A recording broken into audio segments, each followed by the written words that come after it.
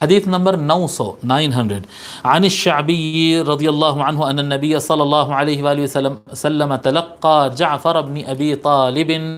جی الشعبی ان کے بارے میں لکھ چکے ہیں نا ہم الشعبی کے بارے میں؟ ہاں تابعین میں سے آپ لکھ چکے ہیں. حضرت الشعبی، حضرت امام شعبی رضی اللہ عنہ روایت فرماتے ہیں کہ نبی اکرم صلی اللہ علیہ وآلہ وسلم جعفر بن ابی طالب سے ملاقات کی. جعفر کون ہے؟ جعفر بن ابی طالب مولا علی علیہ السلام سے بڑے والے بھائی. ہم بتائیں نا مولا علی علیہ السلام وہ لوگ 4 بھائی ہیں، بڑے طالب، دوسرے عقیل، تیسرے جعفر، چوتھے مولا علی. تو یہ مولا علی علیہ السلام سے بڑے ہیں اور حضور صلی اللہ علیہ وسلم کے چچیرے بھائی ہوتے اور کافی چھوٹے ہوتے حضور سے، عمر میں کافی چھوٹے ہیں. تو حضور صلی اللہ علیہ وآلہ وسلم حضرت جعفر رضی اللہ عنہ سے ملاقات کی ہے.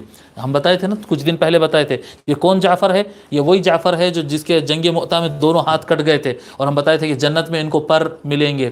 اور یہ کب آئے تھے حبشہ کے لیے گئے تھے، مسلمانوں کو ہجرت کے لیے لے کر گئے تھے، آپ کے امامت میں، آپ کی قیادت میں ہجرت ہوئی تھی. جب وہاں سے پلٹ کر آئے تھے تو جنگ خندق، جنگ خیبر جیت کر حضور صلی اللہ علیہ وسلم پلٹ کر آئے تھے.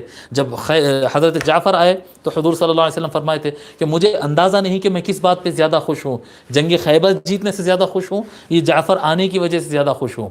یہ ملاقاتیں یعنی حضور صلی اللہ علیہ وسلم اتنا ان کو پسند فرماتے اپنے چھوٹے بھائی کو. تو کہتے ہیں کہ جب حضرت جعفر رضی اللہ تعالیٰ عنہ حضور صلی اللہ علیہ وسلم جب جعفر رضی اللہ عنہ سے ملاقات کیے فالتزمہ، تو ان کو چمٹا لیے اپنے سے، گلے لگا لیے اپنے سے، گلے لگا لیے. وقبل ما بین عینیہ، اور اپنے چھوٹے بھائی کے پیشانی پر حضور صلی اللہ علیہ وسلم بوسہ دیے.